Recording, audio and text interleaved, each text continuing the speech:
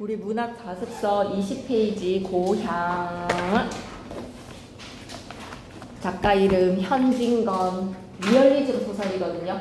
일제강점기의 현실을 리얼하게 사실적으로 형상화시키는 소설이다. 소단원 안내부터 한번 들어가 보자.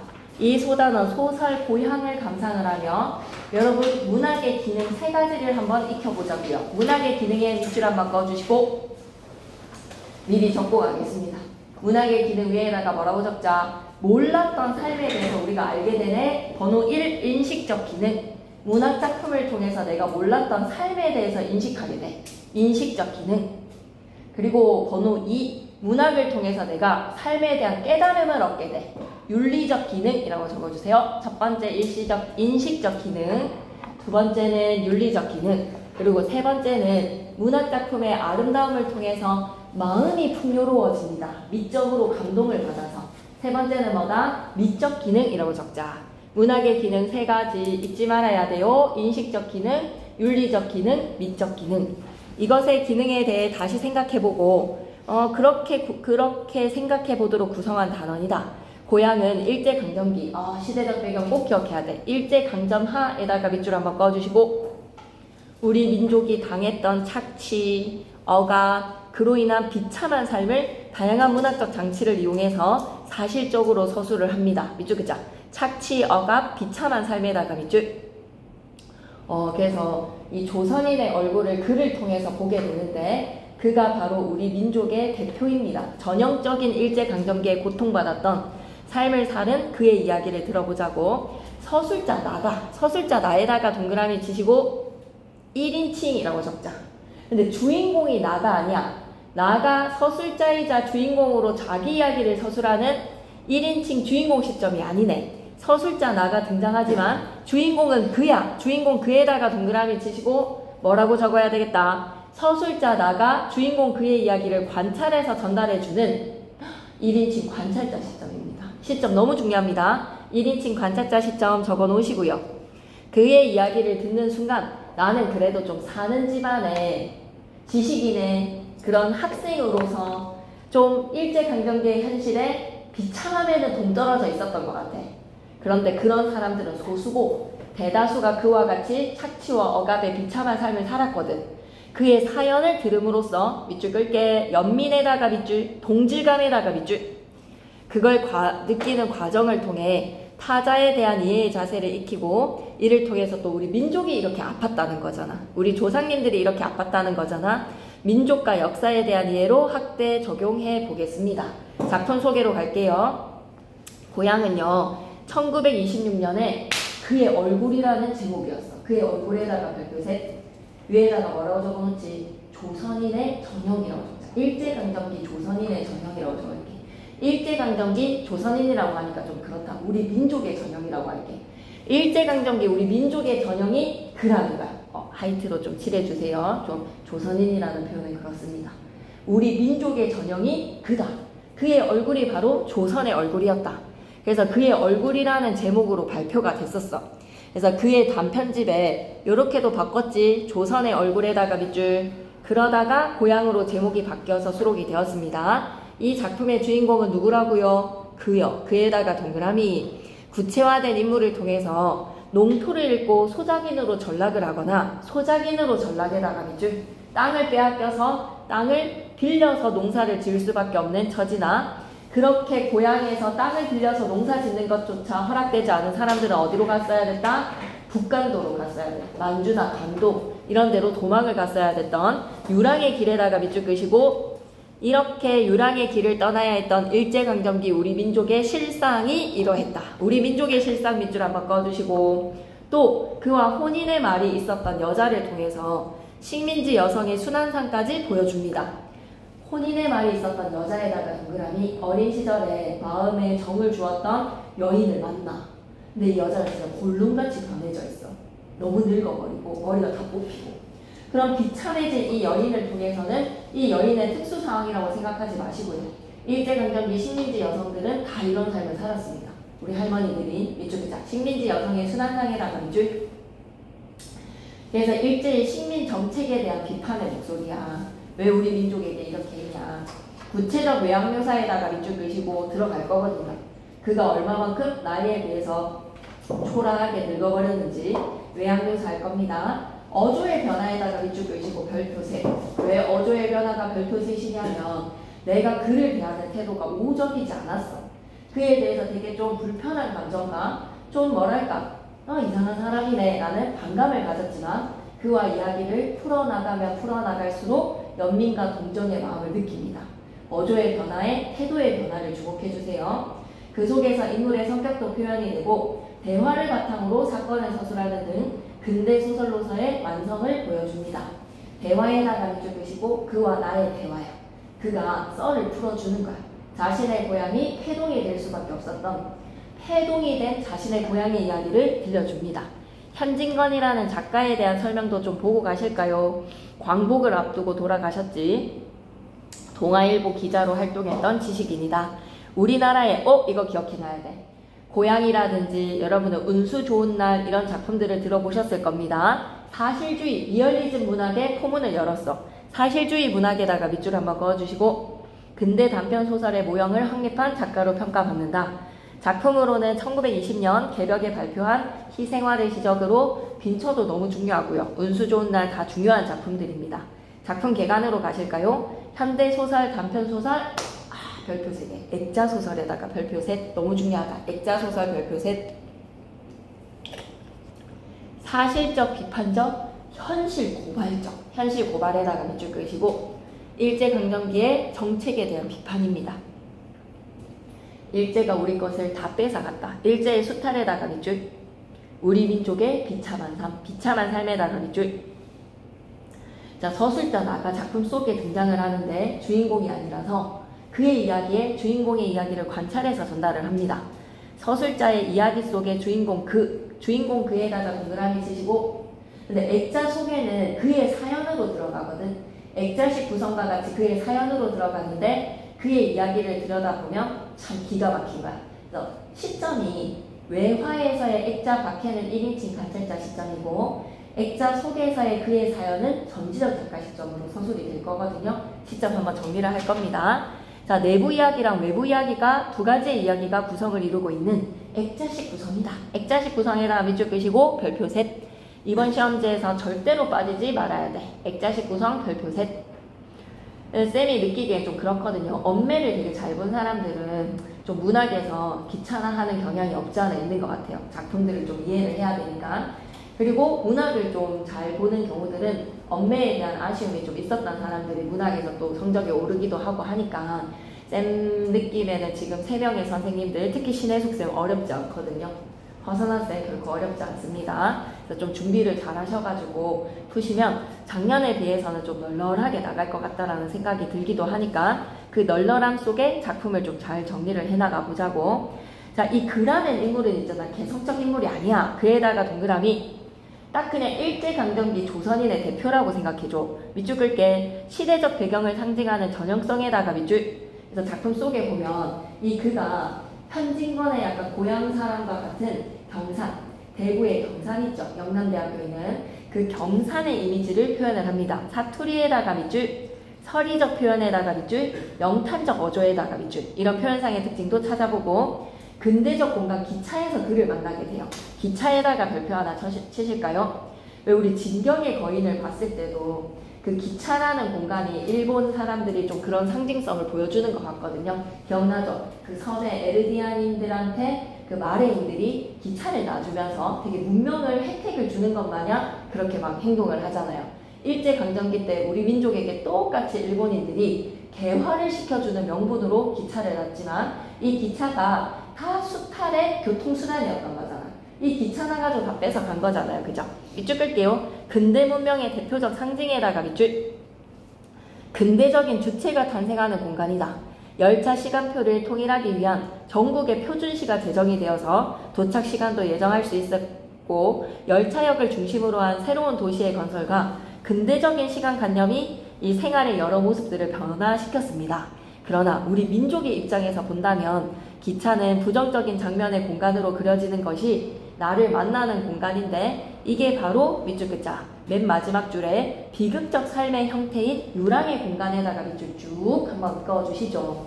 수탈의 상징 기차라고 생각해 주셔도 되겠습니다. 그래서 그를 만나서 그의 사연을 듣는 공간, 유랑민들이 기차를 타고 이렇게 고향을 떠나갈 수밖에 없었다라는 얘기도 하고 싶어. 그 다음 장으로 넘어가 볼까? 21페이지 고향. 감상 포인트로 들어가 보면 그의 삶을 한번 들여다봐봐. 기가 막혀. 1910년대, 20년대생 여러분의 할머니, 할아버지는 아니시고 쌤의 딱 할머니, 할아버지 세대들이에요. 그래서 그의 삶을 통해다가 밑줄 한번 꺼주시고 1900년대생부터 해서 일제강점기 우리 민족의 모습을 들여다봐봐. 그런데 2번 감상 포인트 두 번째에다가 별표 셋, 이건 무조건 시험지에 있어야 돼. 그에 대한 나의 인식의 변화와 태도의 변화, 이걸 좀 잘 봐주시고요. 표현상의 특징과 의도, 표가를 파악해 보겠습니다. 가문단부터 들어가실게요. 대구에서 서울로 올라오는 차중에서 생긴 일인데 현진건이 대구 사람이거든. 그래서 대구에서 서울로 올라오는 차중에다가 네오박스 딱 치실까요? 만남이 이루어지는 공간적 배경 어디다? 기차 안. 나에다가 동그라미 1인칭 관찰자 시점이야. 주인공은 그야. 나와 만주 앉은 그를, 그에다가 동그라미. 첫 번째 내가 그에 대해서 가지는 감정은 호기심이야. 이걸 인식의 변화를 시험에서 제일 첫 번째 단계의 감정부터 물어볼 거거든. 호기심에다가 밑줄. 왜 호기심에 가득 찼는지 근거가 나와. 이유가 나와. 매우 흥미있게 바라보고 또 바라보았다. 흥미있게에다가 밑줄 끄시고 두루마기 격으로 기모노를 둘렀고요. 그 안에는요. 옥양록의 저고리가 또 있어. 기모노는 밑에다가 일본식이라고 좀 적어주시고 옥양록의 저고리는 한국식입니다. 위에다가는 한국이라고 적으시고 아랫도리는 또 중국식 바지죠. 중국식 바지에다가 밑줄 끄시고 삼국의 옷을 두루 입은 이 차림새가 좀 희귀하잖아. 좀 기이하잖아. 그지? 좀 괴짜같이 느껴지죠. 그것은 그네들이 흔히 입는 유지 모양으로 번질번질한 암갈색 피룩으로 지은 것이었다. 옆에다 외양묘사라고 적어봐봐. 그에 대해서 내가 흥미와 호기심을 가질 수밖에 없었던 외양을 묘사를 해줬어. 외양묘사라고 적고 갈 수 있겠어? 기모노에다가 옥양목 저고리에다가 아랫도리에는 중국식 바지, 번질번질한 암갈색 피룩으로 지은 것. 옆에다 뭐라고 적자? 외양묘사. 그러고 발은 말이야. 간발을 하였는데 발을 좀 꽁꽁꽁 싸맸다는 거죠. 거기 위에다가 양말처럼 간발을 하고 집신을 씌워넣고 고부가리로 깎은 머리에는 모자를 쓰지를 않았어. 고부가리로 깎은 머리에다가 밑줄 끄시고 머리를 좀 밀었다라는 거죠. 일본식으로 고부가리 머리. 자, 외양을 묘사하고 있습니다. 우연히 이따금 기묘한 모임을 꾸민 것이다. 기묘한 모임에다가 밑줄. 차림새가 좀 독특하다. 우리가 자리를 잡은 착간에는 공교롭게도 세 나라 사람이 다 모여 있었어. 일본 사람, 한국 사람, 중국 사람이 기차를 다 타고 있었단 말이지. 자, 그러면 잠시만 이 시대 상황을 들여다봐줘. 중국과 일본이 조선을 두고 각축을 벌였던 시대적 상황입니다. 일제강점기의 상황인데 조선에 중국도 역시 개입을 하고 싶었던 밑줄 끄자. 중국과 일본이 조선을 두고 각축을 벌이던 뿔을 맞대고 싸우던 시대의 현실. 그래서 중국 사람도 흔히들 볼 수 있었어. 내 옆에는 중국 사람이 기대었다. 그의 옆에는 또 일본 사람이 앉아있었고 네 사람이 둘둘 서로 마주보고 기차가 치컥치컥 가고 있는 거야. 그는 동양 삼국 옷을 한 몸에 감은 보람이 있어서 그만큼 좀 일본도 다녀봤고 중국도 다녀봤나 보지. 일본말로 곧잘 막 얘기를 하고요. 중국말에도 그리 서툴지 않은 모양입니다. 밑줄 끌게요. 일본과 중국 등지를 떠돌며 살았음에다가 밑줄. 떠돌아 다니다 보니까 일본어도 곧잘하고 중국어도 곧잘하고 동양 삼국의 복장을 두루 입은 그의 모습.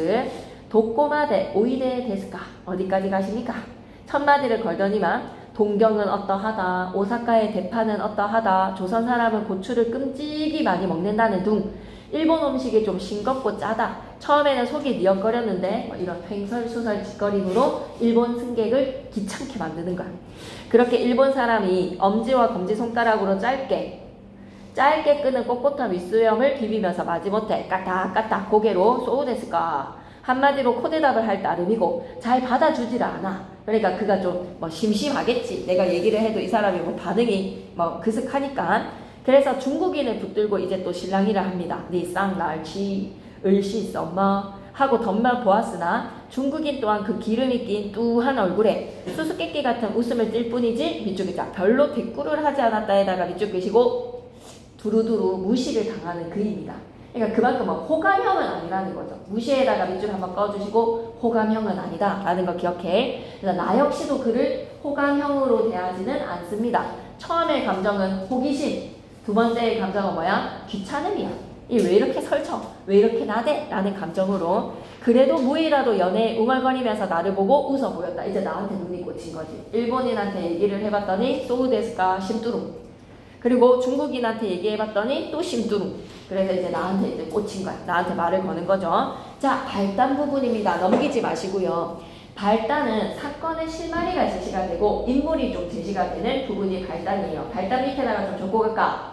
이 소설이 발단 전개 위기 절정 결말로 소설의 전편이 수록되어 있기 때문에 사건의 짜임새를 여러분이 눈여겨볼 필요가 있습니다. 발단 부분에다가 좀 적어놓을까? 사건의 실마리 제시, 기차에서 내가 그랑 만났어. 이게 사건의 실마리야. 사건의 실마리 제시라고 적어놓으시고 하나만 더 적고 갈게. 뭐라고 적자? 인물 제시라고 적자. 그래서 나랑 그가 만났어. 특히 주인공 그리고 쌤은 이거 강조할 거야. 나는 서울행 기차에서 동양 삼국의 복장을 두루두루 입은 그를 만나게 되는데요. 이게 지금 겉의 이야기 외화입니다. 외화에다가 별표 하나 쳐주시고 외화에서 내화로 어떻게 이끌어지는지를 주목을 해야 돼. 핵심 노트로 계속 가자.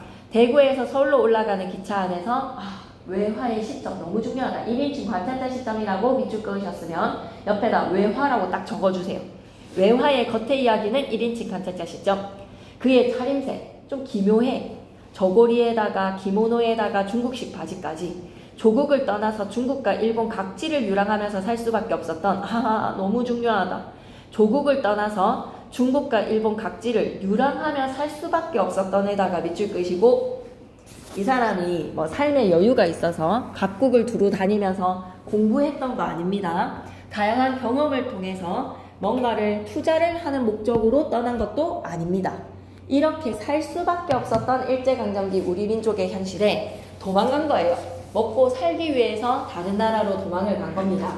그럴 수밖에 없었던 그의 중요한 표현 나왔네. 신선한 삶에다가 밑줄 이때의 신자는 매울 신자입니다. 매울 신자. 그 힘겨운 삶을 살았다 그가 이제 호기심으로 시작을 했고 사람들한테 좀 다소 무시를 당하는데 자기 혼자 해맑아가지고 또 나한테 말을 걸어. 22페이지 전개 갈게. 이제 사건이 본격적으로 시작하는 단계가 전개야. 말을 걸면서 사건이 본격적으로. 그것은 마치 짐승을 놀리는 요술쟁이가 구경꾼을 바라볼 때처럼 훌륭하게 제주를 갈채해달라는 웃음이었어. 저의 언어 실력이 어떻습니까? 하고 나를 보고 웃어 보이는 거지. 그가 나의 관심을 얻고자 해다가 밑줄. 요술쟁이 위에다가 뭐라고 적어놓지? 그라고 적자. 구경꾼에다가 위에다가 뭐라고 적지? 나라고 적자. 그가 나를 바라볼 때 뭐를 요구하는 거야? 자신의 언어 실력에 대해서 박수 쳐달라고 얘기하는 거지. 원관념을 생각해보면 요술쟁이가 그가 되고 구경꾼은 누가 되고 나가 되는 거지. 나는 쌀쌀하게 에다가 밑줄 끄시고 별표. 인식과 태도 변화가 시험에 나온다고요. 너무 중요합니다. 그의 시선을 피해버렸다. 왜? 주적대는 꼴이 나대는 꼴이 보기 싫어서. 주적대는 꼴에다가 밑줄 끄시고 주책 없이 잘난 척하면서 떠들어대는 게 불편한 거야.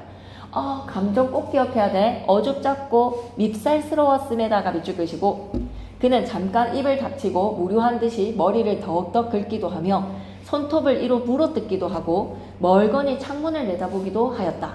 좀 약간 산만하네요. 밑줄 끄자. 나의 쌀쌀맞은 반응에 민망에다가 밑줄 손톱 뜯으면서 먼 산을 바라봅니다. 암만 해도 짓거리질 않고는 못 참겠다는 듯한 느낌으로 문득 나에게 말해서 어디까지 가는겨? 옆에다가 사투리 사용이라고 적자. 방언을 사용하는 토속적인 방언. 경상도 사투리입니다. 서울까지 가오. 그런겨. 참 반갑구만. 나도 서울거장 가는데. 그러면 우리 동행이 되겠구먼. 동행에다가 밑줄 끄시고 그의 이야기를 듣게 되는 계기, 목적지가 같아. 서울이라는 공간으로 목적지가 같으니 서로 이야기가 터지겠지요. 나랑 그의 관계 동행으로 시작됩니다.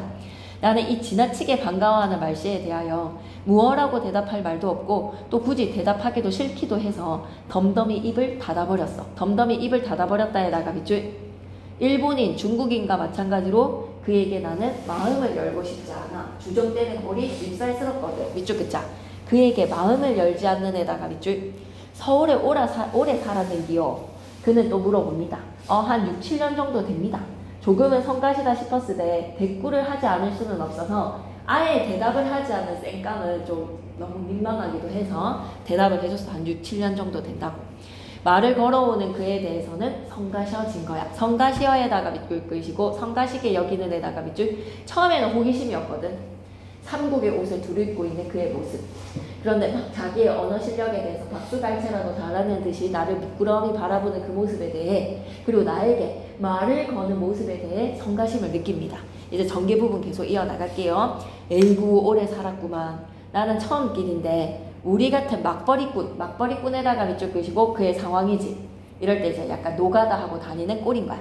막벌이꾼, 그가 막일을 하면서 떠돌아다닙니다. 그렇게 막벌이꾼이 차를 나려서 어디로 찾아가야 되겠는기요? 라는 거에서 일자리를 구하러 서울로 가는 거야. 그래서 돈을 좀 벌려면 어디로 가야 됩니까? 일본으로 말하자면 기진야도 같은 것이 있습니까? 기진야도에다가 밑줄 끄시고 싸구려 여인숙에다가 밑줄, 가난한 형편에다가 밑줄, 잠자리에 돈을 많이 쓸 수가 없어. 하고 그는 답답한 제 신세를 생각했던지 찡그려 보였다. 답답한 제 신세에다가 밑줄, 가난한 하층민으로서 엄청 싸구려 기진야도가 있는지 물어보니까 말하고 나서 막 좀 찡그리는 거지. 그런 게 있겠습니까? 막 이런 걸로. 자, 군데군데 밑에다 외항묘사라고 적어야 돼. 이 소설에서는 그에 대한 인식을 보여주기 위해서 그가 조선의 얼굴의 전형이거든. 대표거든. 그래서 보여줘야 돼. 묘사 들어간다.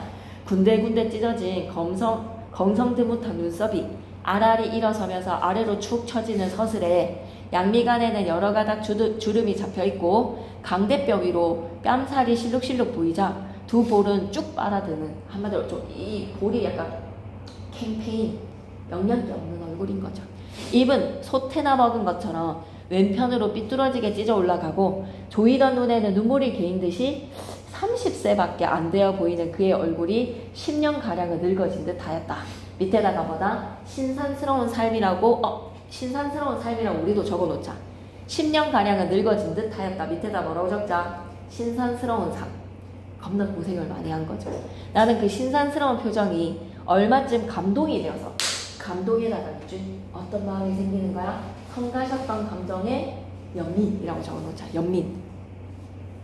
감동이 되어서 그에게 다소 성가심에 반감이 풀려지는 것 같아.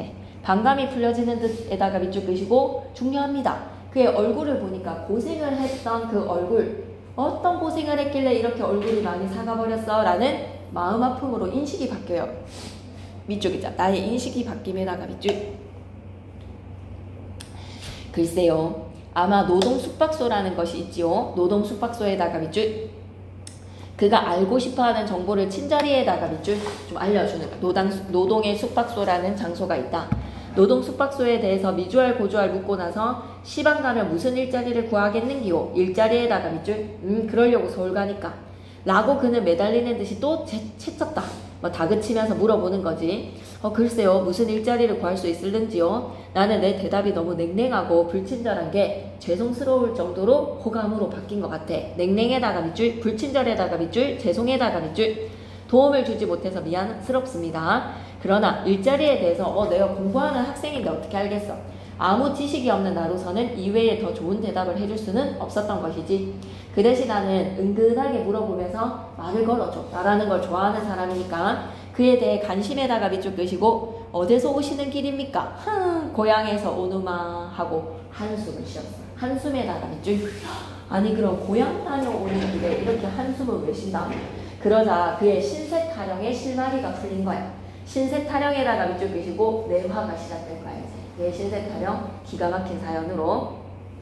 그의 고향은 앞에다가는 뭐라고 적어놓지? 내화라고 좀 적어줘. 내화.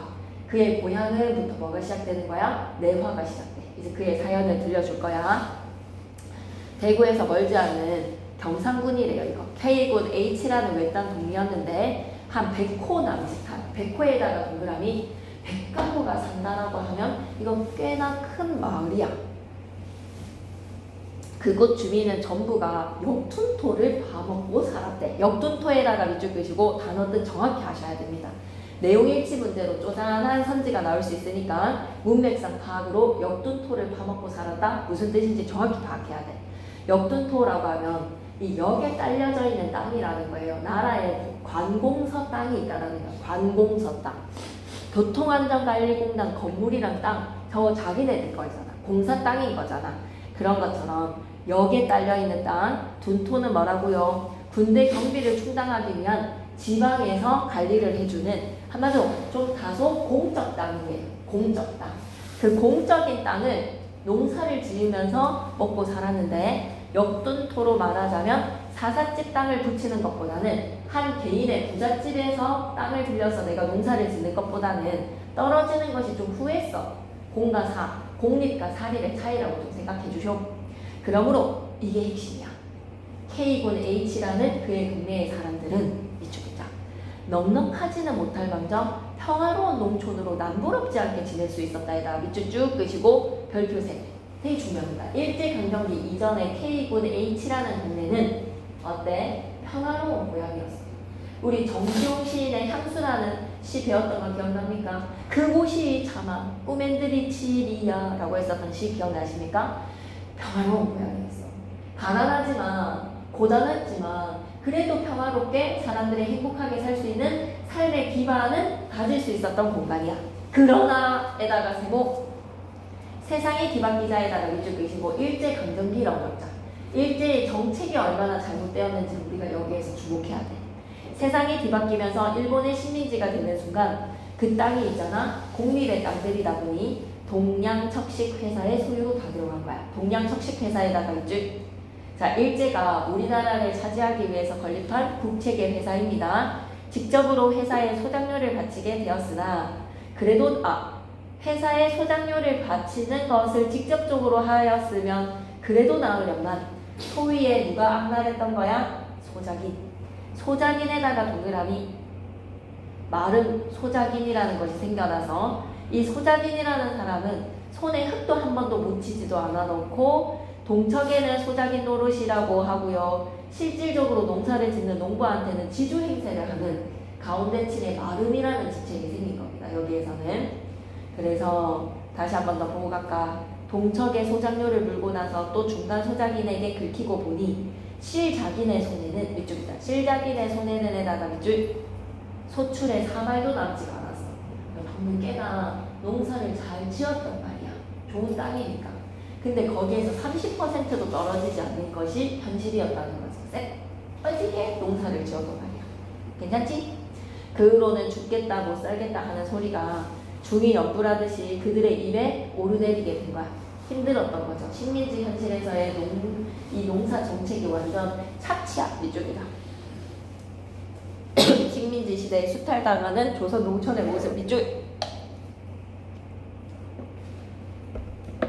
마지막 줄. 빈칸 뚫어놔도 할 말 없어요. 남부여대에다 가로로 묶으시고 남자는 등에 지고 여자는 머리에 힘고. 이게 뭐다? 남부여대. 중요한 한자성어예요. 한마디로 어떤 상황? 피란을 떠나는 상황을 남부여대라고 합니다. 밑줄 끌게요. 수탈을 견디지 못한 주민들의 타령으로 쇠락하게 된 그의 고향에다가 밑줄 쭉. 일본 놈들이 너무 과혹하게 고도화되어서 남부여대의 피란으로 타처로 유리하는 사람들만 들고 유리에다가 밑줄 어도리의 삶을 택한 거야. K군 H 동리는 점점 쇠진해 갑니다. 점점 쇠진에다가 밑줄 한번 꺼주시고 전개 부분에서 나는 그와 대화를 나누다가 그의 고향 사정을 듣게 되는데 그의 고향은부터가 내화의 시작이라는 거 꼭 기억해야 돼. 외화, 내화를 잘 구분해야 돼. 자, 그러면 남부여대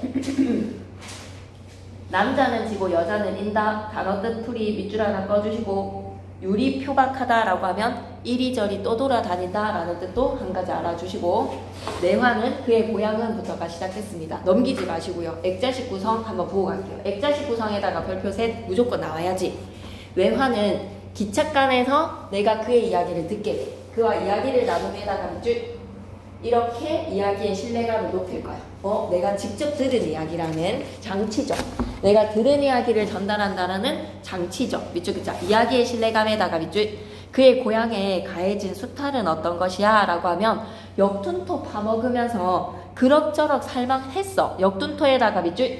그런데 시대가 바뀌는 일제강점기 때 이 역둔토가 전부 다 동양척식회사의 소유가 돼버린 거야. 동양척식회사에다가 밑줄. 동양척식회사가 중간인을 두를 바람에 이 중간인이 소작인들한테는 지주 행사하고 동척한테는 지가 소작인인 것 마냥 사바사바를 떠니 이중고통을 겪는 것은 농민들이었어. 밑줄 긋자. 이중고를 겪음에다가 밑줄. 그렇게 농민들의 생계는 어려워지고 견디지를 못해서 다 도망을 가버렸어. 남부여대하고 유리표박으로 살 곳 찾아서 다 도망을 가버린 상황입니다. 그러면서 이 고향 마을은 점점점 쇠진해 갔겠지요. 너무 중요해요. 지금부터 딱 내받아. 주목하자. 25페이지까지만 딱 하고 잠시만 쉬었다 갈게. 아니 24페이지 하고 쉬었다가 또 3페이지 할 때 좀만 힘내자.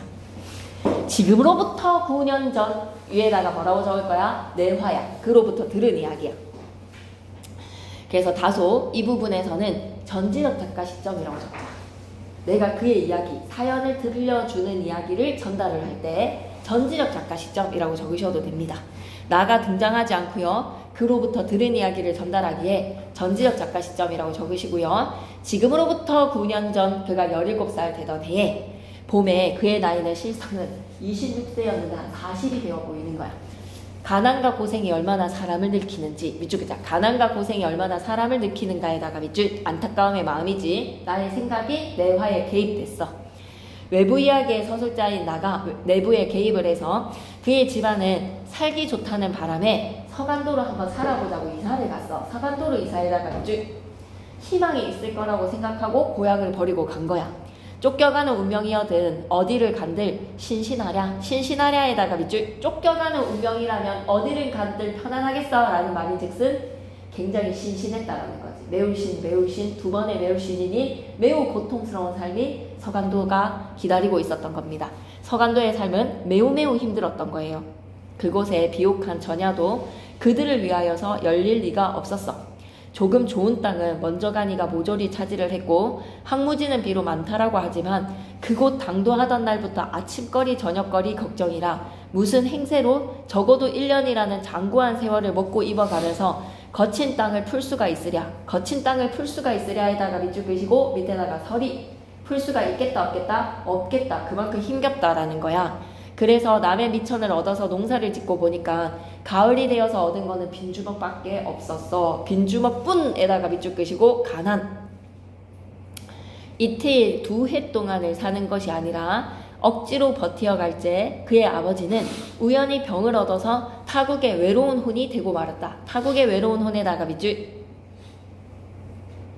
아버지가 이렇게 돌아가셨어. 19살밖에 안 된 그가 홀어머니를 모시고 악으로 모진 목숨을 이어가던 중에 4년이 못 되어서 영양 부족한 몸이 심한 노동에 지친 탓으로 그의 어머니 또한 죽고 말았다. 그 어머니 또한 죽고 말았다에다가 밑줄 끄시고 아버지 돌아가시고 어머니 돌아가시고 집안이 몰락을 합니다. 이만큼 일제강점기는 명대로 살기가 힘들었던 시기예요. 자, 바문당 가자. 다시 외화로 돌아옵니다. 모친 꺼정 앞에다가 뭐라고 적자? 외화. 기차의 상황 외화로 돌아와서 내가 그에게 얘기해. 야, 우리 엄마까지 돌아가셨어. 돌아가실 때는 흰죽 한 모금도 못 먹고 돌아가셨어. 그렇게 이야기하던 이는 문득 말을 뚝 끊는다. 그의 눈에 눈물이 삐지지. 번들번들함은 눈물에다가 밑줄 끄시고 위로를 해줘야 되는데 무엇라고 위로를 할 줄도 모르겠어. 위로에다가 밑줄 한번 꺼주시고 태도가 완전 바뀌었지. 동정과 연민의 대상으로. 그치? 한동안 머뭇머뭇 있다가 나는 차를 탈 때 친구들이 사준 시험에 나와야 돼. 정종에다가 별표 3개. 뭐라고 적어야 되지? 정종의 기능. 위로의 마음을 전달하는 거야.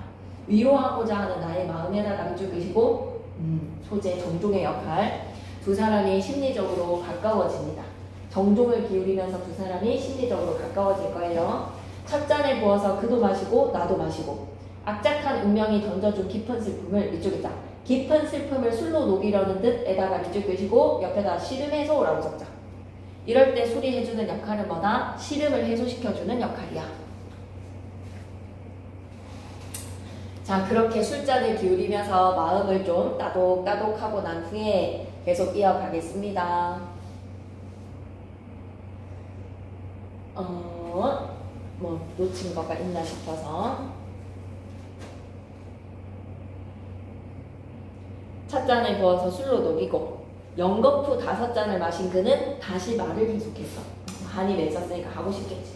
그 후에 그는 부모님을 잃은 땅에 서간도죠. 오래 머물기가 싫어서 어디까지 또 가버렸다. 신의주에다가 몇 줄, 안동현에다가 몇 줄, 품을 팔다가 일본에다가 몇 줄. 부모님 돌아가시고 나서 유랑이 시작된 거야. 유랑 생활을 시작에다가 몇 줄. 그래서 신의주, 안동현에 중국도 두루 다니고 일본까지 벌이를 찾아가게 되었고, 구주 탄강에 있어도 보고요. 대판에 철공장에 몸을 담가보기도 했고요.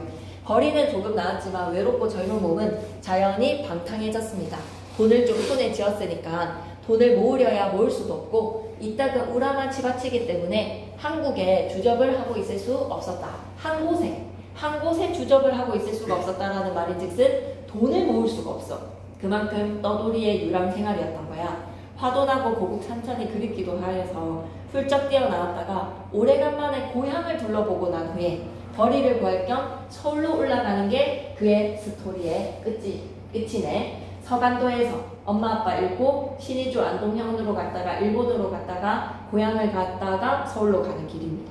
예, 이런 인생을 살았네요. 몇 년 동안. 핵심 노트 그의 유랑 생활에 크게 별표 하나 치시고, 자, K군 H7이라는 동리에서 역둔토를 파먹으면서 부럽지 않게 넉넉하지는 않지만 막 가난하지는 않은 평화로운 삶에서 잘 살아가고 있었던 그가 시대가 바뀌는 일제강점기의 현실에 도망을 갑니다.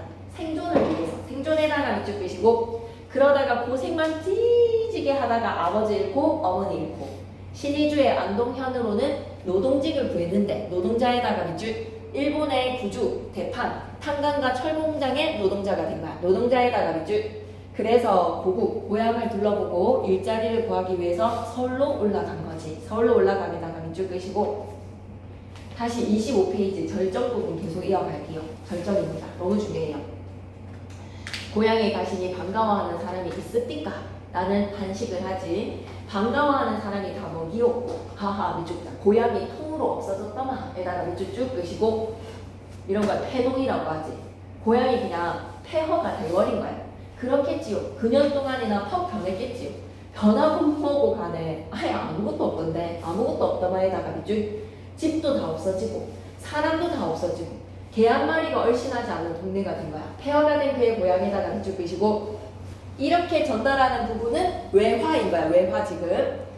자, 그렇다면 아주 폐동이 되었단 말씀이요. 폐동에다가 밑줄 끄시고, 그렇구만. 무너지다마다 담만 질비하게 남았고 우리 살던 집도 터만 남았고 아무것도 없더라. 짜는 듯한 목은 높아졌다. 밑줄에 짜는 듯한 목은 높아졌다에다가 밑줄. 격앙된 감정인 거야. 너무 고향을 잃은 아픔에서 감정이 격앙이 되는 거지요.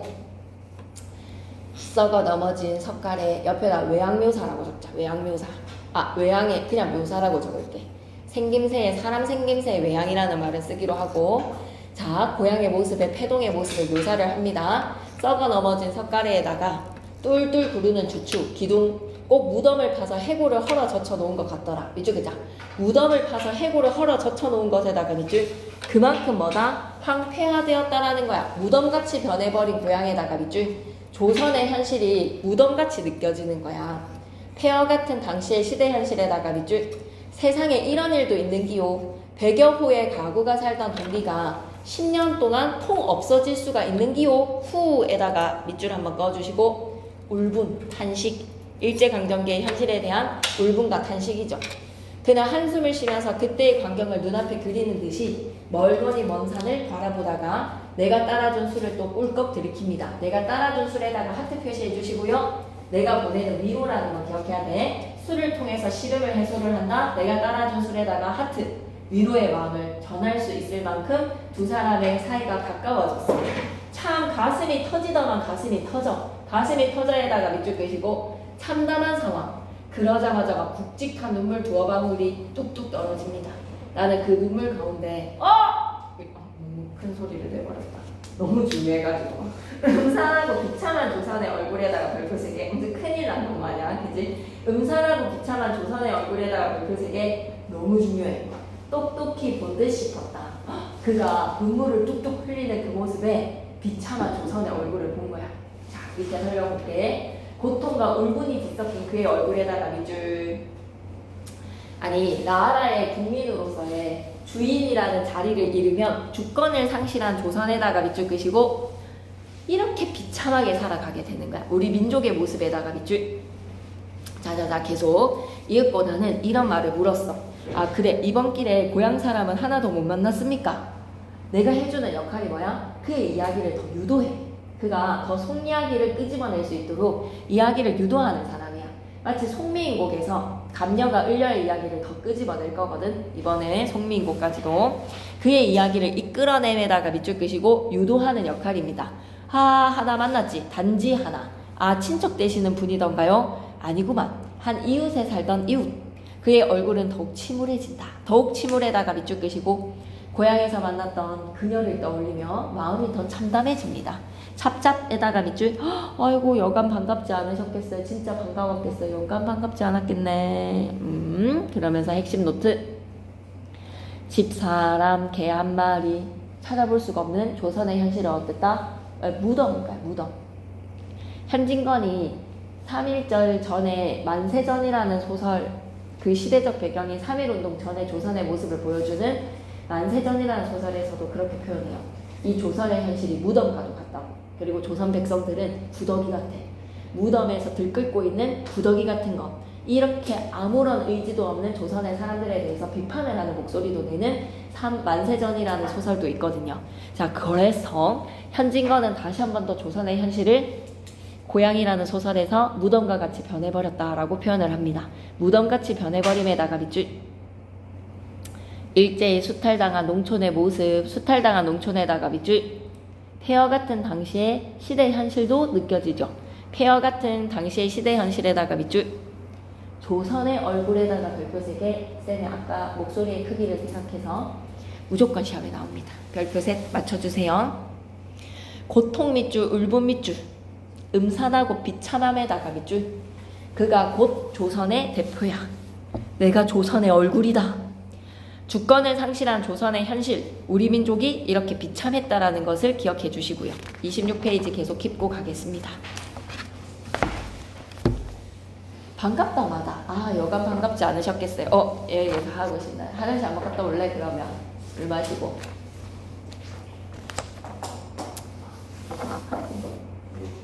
하고 싶다. 여간 반갑지 않으셨겠어요? 라고 하니까 아, 반갑다마다 죽은 사람을 만난 것 같더라. 죽은 사람을 만난 것 같더마에다가 밑줄. 무척 반가운 마음을 과장되게. 죽은 사람을 만날 수는 없으니까요.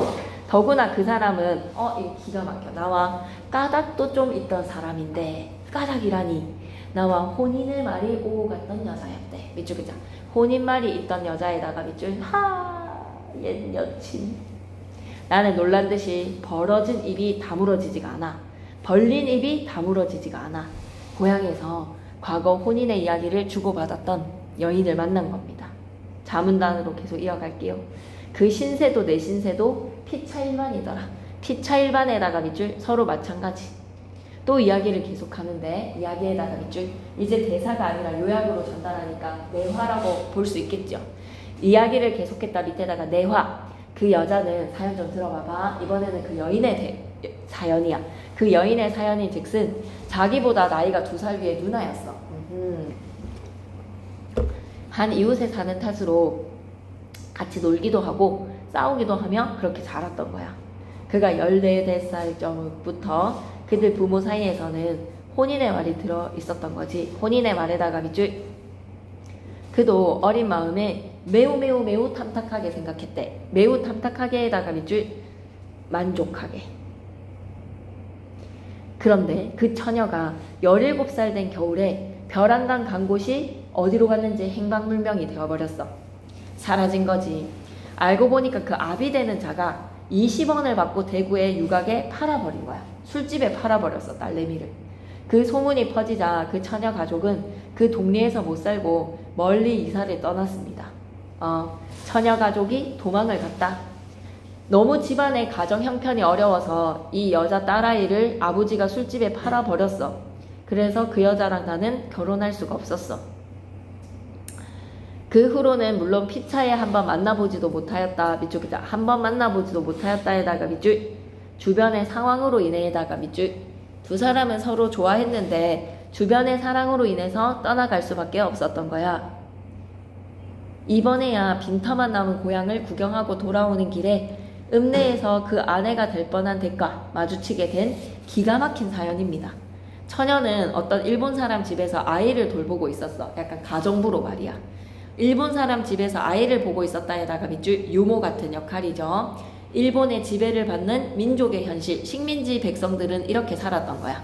권려는 좋은 표현 나왔다. 권려에다가 동그라미 치시고 아녀자, 여자를 제3자로 뜻할 때 권려라고 칭합니다. 그는 권려. 20원 몸값을 10년을 두고 갚았건만 그래도 주인에게 빚이 60원이나 남아있었대. 몸에 몹쓸병이 들고 나이가 늙어져서 산송장이 되니까 산송장에다가 밑줄 끄시고 이렇게 비참하게 일을 많이 해서 송장이 되어버린 것 같은 주인 되는 자가 특별히 빚을 탕감해주고 작년 가을에 노비의 삶에서 놓아진 거야. 걸려도 자기와 같이 10년 동안이나 그리워했던 고향에 찾아오니까 거기는 집도 없어지고 부모님도 없어지고 밑줄 쓸쓸한 돌무더기만 에다가 밑줄 그만큼 망해버린 대한민국의 현실이에요. 눈물을 자아낼 뿐이었지. 하루해를 울어보내고 읍내로 들어와서 돌아다니다가 10년 동안에 한마디 두마디 배워두었던 일본말 덕택으로 그 일본 집에 있게 된 것이었지. 여기까지 그녀의 사연. 너무 가슴 아픈 그녀의 사연. 다시 외화로 돌아오자. 차문단 위에다가 외화. 야, 기가 막히더라. 그가 나에게 해주는 얘기야. 그가 나한테 하는 이야기. 야, 암만 사람이 변하기도 어찌 그렇게 사람이 변할 수가 있노. 그 숱 많던 머리가 홀랑 다 벗어졌더만 골룸이 된 거야. 골룸의 상황으로 여자가 늙은 거지. 눈은 막 푹 들어가고 이들이들하던 얼굴빛도 마치 유산을 끼얹는 듯 하더라. 그래서 여자의 외양 묘사에다가 밑줄 그 골룸의 이미지를 떠올리면 될 것 같아. 신선한 삶에다가 밑줄 그 여자의 얼굴 역시도 뭐라고 생각해야 된다? 또 다른 조선의 얼굴이라고 생각해줘. 조선의 또 다른 얼굴에다가 밑줄 우리 민족이 이렇게 힘겹게 살아갔다. 자, 핵심 노트로 가시죠. 여자의 기구한 삶. 아버지가 술집에 팔아 넘겨버렸어. 병들고 나이든 상태로 쫓겨나야 했고 일본인 가정의 유모가 되어서 폭삭 늙어버린 거지. 그러니까 산송장이 된 그녀를 그냥 일본인 주인이 버린 거야. 떠나가 라고 해서 놓아준 거지. 그래서 이제 고향으로 왔다가 그를 만난 거죠. 식민지 여성은 이렇게 참혹하고 기구하게 살았다. 참혹하고 기구에다가 밑줄 여자의 생김새의 외양을 묘사를 해볼래? 순 많던 머리 이제는 홀랑 벗겨졌어. 이들이들한 얼굴빛은 푹 들어간 눈에 유산을 끼얹은 듯한 얼굴이야.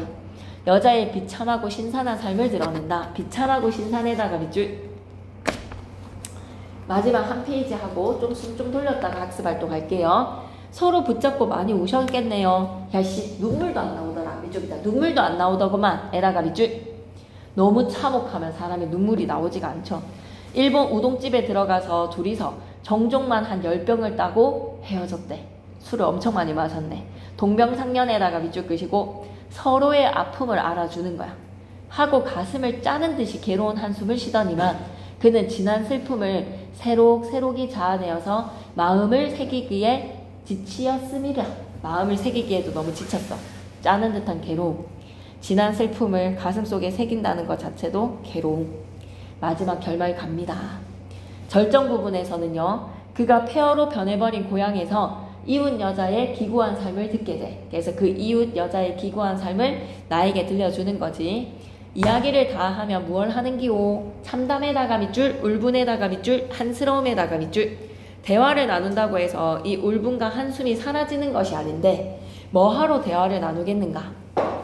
쓸쓸하게 입을 다물었고 내 또한 너무도 참혹한 살림살이를 듣기에 쓴물이 날 정도야. 쓴물이 난다에다가 밑줄, 심리적 일체감에다가 밑줄, 공감을 바탕으로 이해를 하게 된 겁니다. 너무 비참했다 우리 민족이. 자, 우리 술이나 마저 먹읍시다. 술을 먹자라고 내가 권하는 이유는 공감이 되기 때문이야. 그의 삶의 공감에다가 밑줄, 같이 술 친구가 되어주는 거야.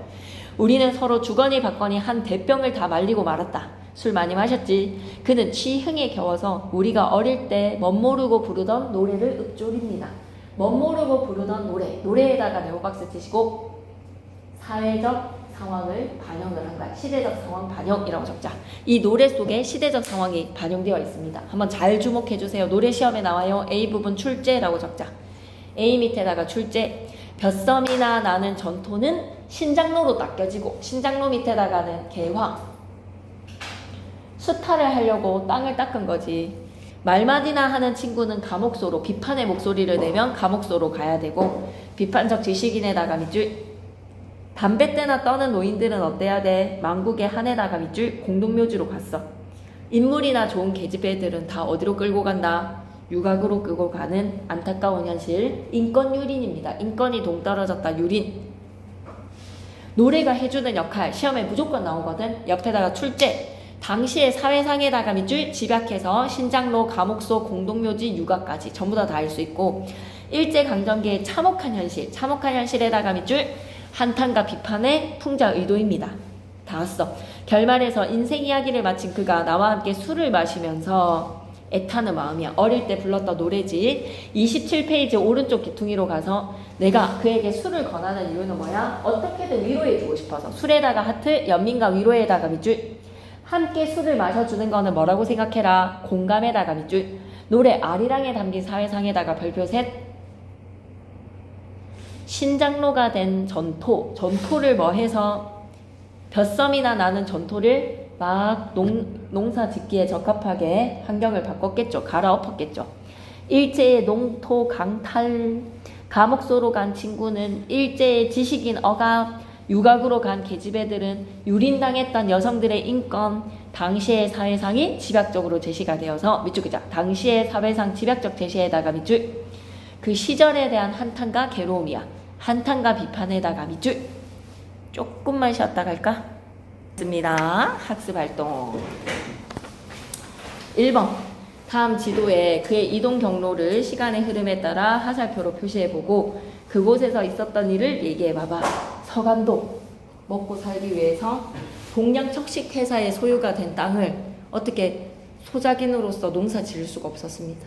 그래서 먹고 살기 위해서는 서간도로 유랑을 떠날 수밖에 없었다. 그런데 거기에서의 척박한 환경에 아버지 돌아가시고 어머니마저도 돌아가셨다.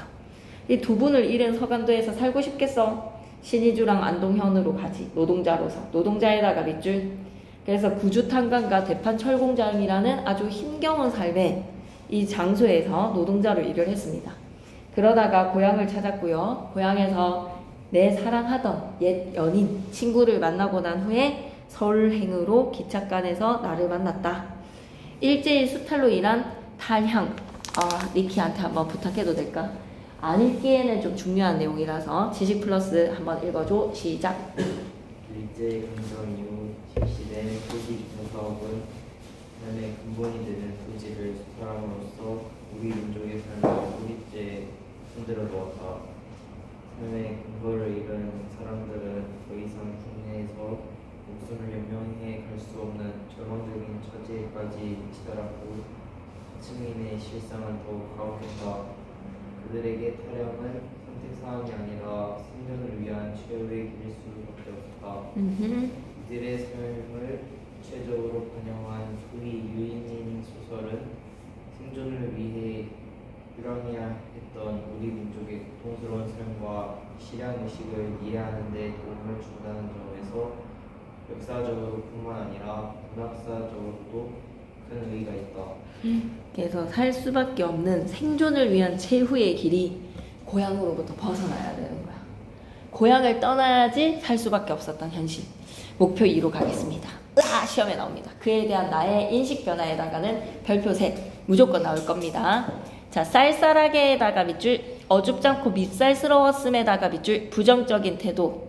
그러다가 웃기보다는 찡그러운 그 얼굴이 좀 너무 안쓰러운 거야. 얼마나 고생했으면. 약간 연민해. 술을 주는 대목이 바로 뭐다? 공감과 이해라고 생각해 주셔야 돼요. 이번에 나가 그의 눈에서 음산하고 비참한 조선의 얼굴을 보았다라고 말한 까닭은 서술자의 인식 변화 밑줄 한번 긋자. 길잡이에서 서술자의 인식 변화에다가 밑줄, 사회적 역사적 의미를 생각해보는 활동, 그의 눈물을 바라보는 나의 심정을 파악하고 그의 비참한 삶의 여정이 한 개인에 국한된 것이 아니라 민족 전체와 연결되었다. 민족 전체와 연결해다가 밑줄. 나는 그 눈물 가운데에서 음산하고 비참한 조선인의 얼굴을 똑똑히 본 듯 싶었다. 예시다반 밑줄 긋고 갈게. 그의 기구한 삶에 대한 이야기에다가 밑줄. 사연. 주권을 상실한 조선의 현실과 민족의 비참한 삶이 떠오릅니다. 민족의 비참한 삶에다가도 밑줄. 그의 처지를 연민하던 나는 그의 얼굴이 곧 우리 민족의 얼굴이다. 밑줄 그자. 우리 민족의 얼굴에다가 밑줄. 조선의 모습에다가 밑줄. 그래서 민족적 공감 그리고 심리적 일체감 이런 감정을 느꼈다. 오케이, 넘어가서 29페이지. 이 작품에 드러난 표현상의 특징 역시 중요합니다. 크게 별표. 1인칭 관찰자 시점이면 내가 그의 이야기를 관찰해서 전달하는 것이니 내가 그를 어떻게 대하게 되었는지에 대한 태도 변화 밑줄 기자. 태도 변화 밑줄. 주제의식에다가 밑줄. 액자식 구성은 그의 이야기에 신뢰감을 줍니다. 이야기의 신뢰감에다가 밑줄. 작품 밖에 나가 그의 사연을 듣는 거야. 그리고 결말의 처리가 노래로 끝이 났어. 당시의 시대 상황을 드러내주는 노래. 당시의 사회상에다가 밑줄 끄시고 그런 현실에 대해서 한탄과 비판을 드러냄으로써 주제의식이 강화되더라. 주제의식 강화에다가 밑줄. 소설의 시점에서 1인칭 주인공, 1인칭 관찰자, 3인칭 관찰자 전지적, 평면, 입체, 액자식, 피카레스크 한번 읽으면서 이해해 놓으시고요. 모르겠으면 쌤한테 좀 설명을 요구를 해주세요. 시점이나 구성상의 특징, 개념을 읽어보시고 모르겠으면 쌤이랑 같이 살펴볼게. 지식 플러스의 내용이야. 중요하게 알아두셔야 되는 내용이기는 합니다. 일제강점기의 민요 아리랑의 내용이 어떠하느냐? 밑줄 긋자. 일제강점기 동안 억눌린 민중의 한가, 울분, 밑줄 쭉. 특히 경상도 지역에서의 민요가 한스럽다. 누구나 부를 수 있기는 하지만 넘어갈게요. 적용학습 4번. 이 작품에서 그에 대한 나의 인식이 변화가 됐다 그랬지. 밑줄 긋자. 그에 대한 나의 인식 변화에다가 밑줄. 그런 경험이 있다면 얘기해보라는 거니까 생략하고요. 선생님의 감상 배달로 갑니다. 고향은 일제강점기에 황폐화된 조선의 현실을 압축적으로 보여주는 작품입니다. 고향의 다른 이름은 그리움일 것입니다. 보고 싶어서, 그리워서. 그리움의 대상이 피폐해지고 파괴되었을 때의 상실감을 어찌 말로써 다할 수가 있을까요? 또 소설의 공간적 배경인 기차는 기차에다가 동그라미 일제강점기 근대화의 표상에다가 밑줄. 기차는 식민지 민중이 압제에서 탈출하는 통로이면서도 식민지 수탈을 위한 도구다. 밑줄 긋자. 식민지 수탈을 위한 도구에다가 밑줄. 기차를 타고 떠나는 동양 삼국 옷을 한 몸에 감은 그가 바로 동아시아 근대화의 실상이자 음산하고 비참한 조선인의 얼굴이었던 겁니다. 예시답안 갈게요. 고향을 잃고 난 후에 당대 우리 민족의 비참한 삶을 기억해 주시고 민요 노래 아리랑의 가사를 기억해 주시고 빈칸 한번 메워보실래요? 30페이지 소소속.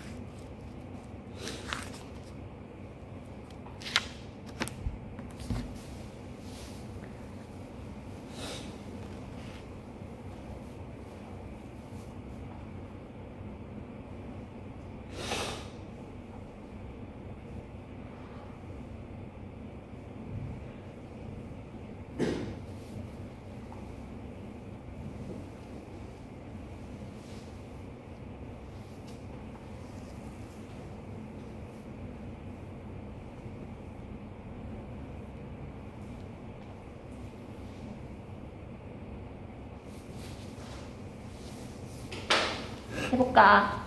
액자 소설에다가 별표, 현실 고발적에다가도 밑줄. 일제 술탈로 우리 민족은 비참해졌다. 서술자 이야기 속의 주인공 그의 이야기가 내부 서사야. 그래서 액자식 구성이야. 전형적인 그야.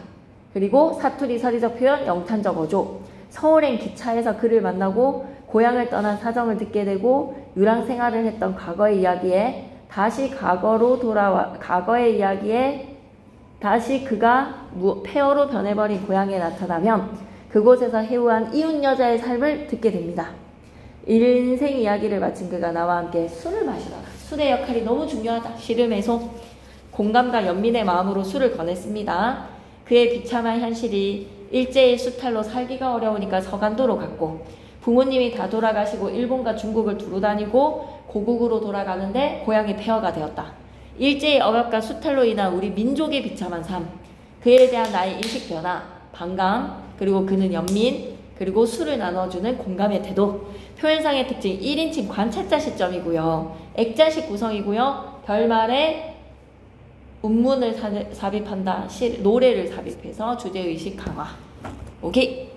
일단 오늘은 여기까지. 남는 시간에 좀 문제 좀 풀어주실래요?